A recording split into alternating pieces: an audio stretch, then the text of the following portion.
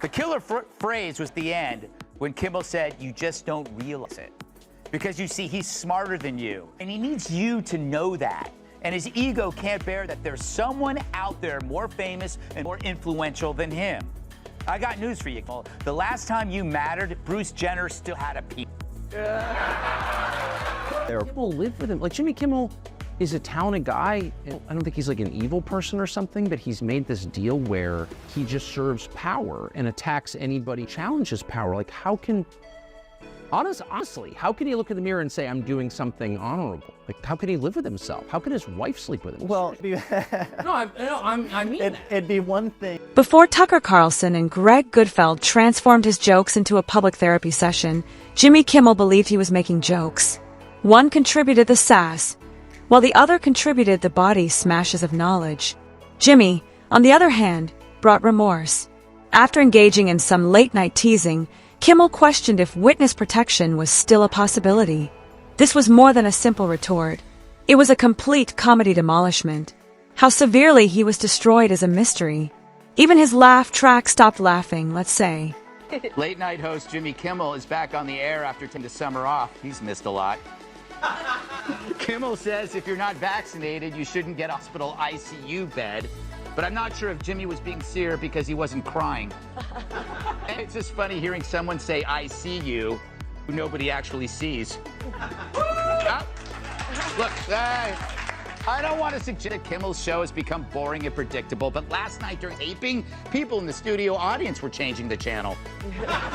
As if he were the undisputed heavyweight champion of late-night humor, Jimmy Kimmel strode into yet another monologue. Oblivious to the fact that Tucker Carlson and Greg Gutfeld, two quite different creatures, were honing their claws with the skill of seasoned sadists. It wasn't a roast, even a battle. Watching a houseplant be put into a wood chipper was more like that. One-sided, slow, and strangely pleasant. Are supposed to hold people in positions of power accountable. Yeah. The people in charge. Exactly. He's their Praetorian guard. Yeah. And it's like the self-hatred he must feel, because he wasn't always, that's my point. Yeah. I mean, Colbert has always been a hard partisan, talented guy, but obviously he's not a, but Kimmel was a comedian. Like, how does he understand? I don't know how he can sleep. He might buy into the narrative to the extent that he thinks it's morally wrong to joke about these certain topics. But it's not just that. He's like pouring hot oil on the peasants from the parapet. Like, he's hurting anyone who... Like a guy who still believes that sarcasm is an Olympic sport, Kimmel, the Hollywood Moral Hall monitor, had once again attacked Fox News with his typical arrogant backhanders. With a raised eyebrow and all the excitement of a substitute teacher during finals week, he embraced his self-appointed job as the late-night dad icon. Unfortunately for Jimmy, Gutfeld, a guy who burns egos like marshmallows and enjoys smugness for breakfast, was in the class this time. Gutfeld didn't just answer. He caught fire. Following his delivery of the burn, the guy essentially lighted a cigarette. The metaphor required one, not because it was necessary. He didn't need a Harvard writing room, applause banners, or props.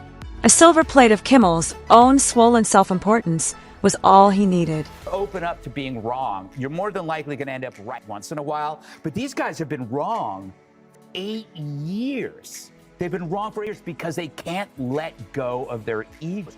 It's true in the media. It's actually, it's true among the never-Trumper Republicans. If you look at the sourpusses, it's an internal, emotional feeling that why him, Trump, and not me? Whether it's like, I don't know, Bill Kristol or Jonah Goldberg. It's like, these are guys that were generally normal. And the egos just kind of like, they just took it hard. And The fact that people really watched the Man show was not as painful as the 5 courses of mockery Gutfeld delivered after taking one glance at Jimmy's comedy by committee performance. Greg was in a different level than Kimmel, who was still applauding his own jokes. He displayed facts, receipts, and a few scathing remarks about how Kimmel's program now relies only on virtue signaling in YouTube videos with names like Kimmel Destroys Democracy Deniers Again. A performance so aggressive that it should have been accompanied by a Surgeon General's warning was given by Gutfeld, who somehow managed to transform a budgeted show with one-liners into the top-rated late-night program. Belief that these humorless scolds who just didn't think our jokes were funny, and they thought they were offensive, and they were being hypersensitive, and that's not the case. No, it's not. You're going through the stages of realization. The stages of realization. I eventually learned and came to realize that not humor. Humor's a vehicle for truth delivery. They don't like the fact that the narrative is being challenged in a way that's effective, and so they have to shut you up. And so that's what it's about. It has nothing to do with them being humorless scolds. They don't have. Greg Gutfeld started the fire. Tucker Carlson put in the gas line, left, and watched from a glass tower as it all erupted. There were no jokes, just pages of contempt masquerading as insight. He dissected Jimmy's development, or regression, depending on how much hypocrisy you can stand, with the accuracy of a forensic accountant. A clown for all seasons, Kimmel was previously willing to upset everyone equally. Tucker, however, now portrayed him as the vacuous shell of the man he once was, cloaked in self-righteousness and reciting applause lines like a comic pretending to be a senator. Tucker's viewpoint had an especially vicious quality. He made fun of the need of jokes, rather than the jokes themselves. The way Kimmel's humor has evolved into a safe haven for those who want to make fun of others, but only those they already despise, and not in a lighthearted manner. In the sanctimonious, eye-rolling manner of a coffee shop. Dad, CNN, MSNBC, CBS, the town crier. All outlets ignoring by revolving door of gaps. His constant forgetfulness, weird rambling speeches being let off stage. All the while you told there's nothing to see here. Meanwhile, any parent can see this face means you gotta change a diaper. When Tucker held up a mirror, Kimmel's image seemed to be more of an off-brand morality expert from a Whole Foods parking lot than Jon Stewart. Tucker was creating a subdued symphony of contempt while Greg Gutfeld was busy high-fiving the camera with punchlines that could cut marble countertops. He presented Kimmel as a sad metamorphosis from rebel to sermonizer, from edgy to echo chamber, rather than as a failing comic. The type of fall from grace that ends in a lengthy, agonizing whimper into irrelevance, rather than a spectacular explosion. Real figures were what made it all hurt even more. It wasn't simply that Gutfeld's program outperformed Kimmel. Like a semi-truck driving through a gluten-free bakery, it was destroying him in the ratings. With only recorded laughter and moralistic rants to keep him afloat, Jimmy, who had once been the top dog in a time slot full of legends, suddenly found himself floundering in Gutfeld's rearview mirror. He was unaware that he was now playing a different game. One in which his adversaries were not just more boisterous or cruel, but also more shrewd, faster, and very self-aware. Even the quote comedians, they were on propaganda duty too. What's this? He's also pushing U.S. intelligence to find evidence for this theory that the virus was accidentally released from a lab in Wuhan. That's his new angle to feed the wings, to treat this virus like it was a conspiracy of some kind. It should have never happened. This plague should never have happened. It could have been stopped. But people chose not to stop it. What people? Tomorrow he'll blame the Spanish flu on Antonio Banderas. Yeah. Imagine if you're a comedian and all of a sudden your cue card has all kinds of talking points from politicians and foreign governments on it. Don't read it. You do it yourself. And you become complicit in the greatest crime. The most delicious irony of all was probably that the individuals Jimmy had been making fun of for years were the ones who were suddenly making comedy. With its low budget and rejected sitcom vibe, the Gutfeld show seemed more rebellious and vibrant than anything Kimmel had produced in a long time. Even without a set, Tucker's cabin shop monologues were drawing more attention than Kimmel's, who had the support of a whole network. One painfully obvious thing emerged as the dust cleared. Louder voices had not degraded Jimmy Kimmel. Better writing, more lucid thinking, and the type of magnetism that doesn't cry out for praise had undone him. It demands notice. There was still no argument. Jimmy's pedestal was reduced to a heap of laugh track ashes because there was no face-to-face interaction or dramatic confrontation. Journalists are experiencing deep mental pain, and it's not them. Journalists are now offering tips to deal with their disappointment, frustration, even fear. And I get it, that's normal after any loss. I'm still mad about losing world's sexiest man to Johnny Depp. But why people feel fear?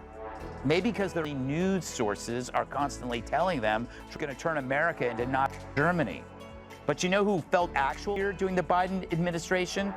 People who had to ride the subway. Just two well-aimed shots fired from different towers. Carlson and Gutfeld did not dispute with him. They just laughed, pointed, and went on.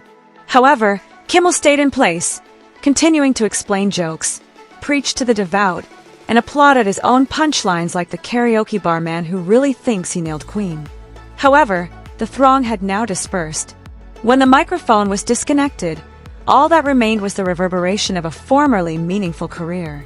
Being humiliated by two individuals who don't even recognize you as an equal is very awful. Kimmel was seen by Gutfeld as a target-rich situation. Tucker was like an expiring coupon to him. They did more than just roast him together. They reframed him as a warning story. Belly laughs, silly sketches, and the rare musical guests that didn't look like they walked out of a Whole Foods yoga aisle used to be the norm for late-night TV. Dana, I'll start with you. It was a terrible night for women. Trump won more women, a popular vote. What are these people moaning about? I don't know. I mean, today Brian Stelter tweeted that there was a agent who told him that a lot of members of the media are questioning whether they have it in them to cover another Trump cycle.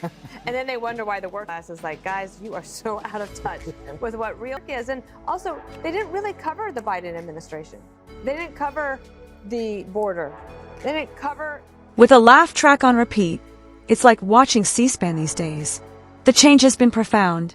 Jimmy Kimmel, TV's most ardent liberal arts professor with a comedy degree he burned sometime during the Trump administration, is the one who is embracing comedy's new uniform, a suit of political armor.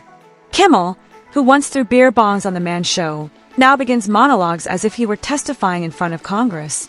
With dramatic pauses, a somber tone, and enough arrogance to power a Prius, his punchlines are more akin to political theses.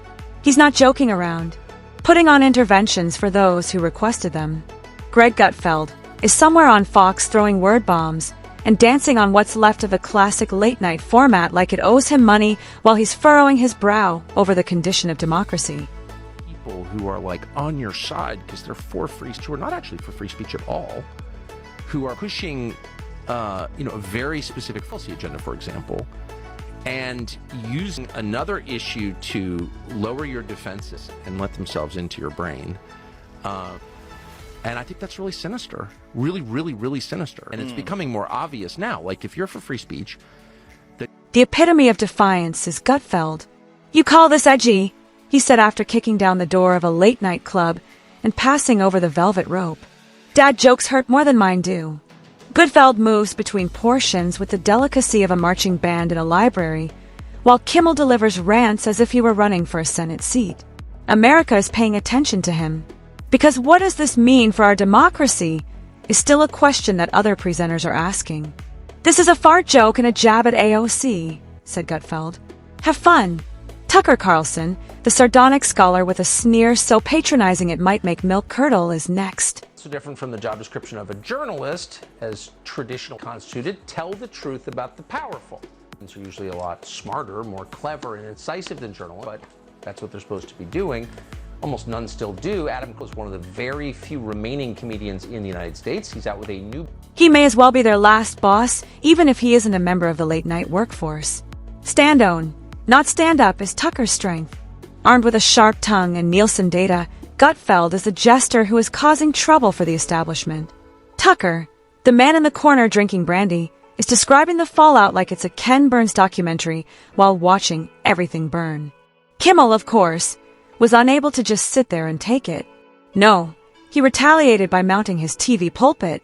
The issue was that his monologue, which included attacks at Fox News, sounded like a depressing remix of his earlier successes.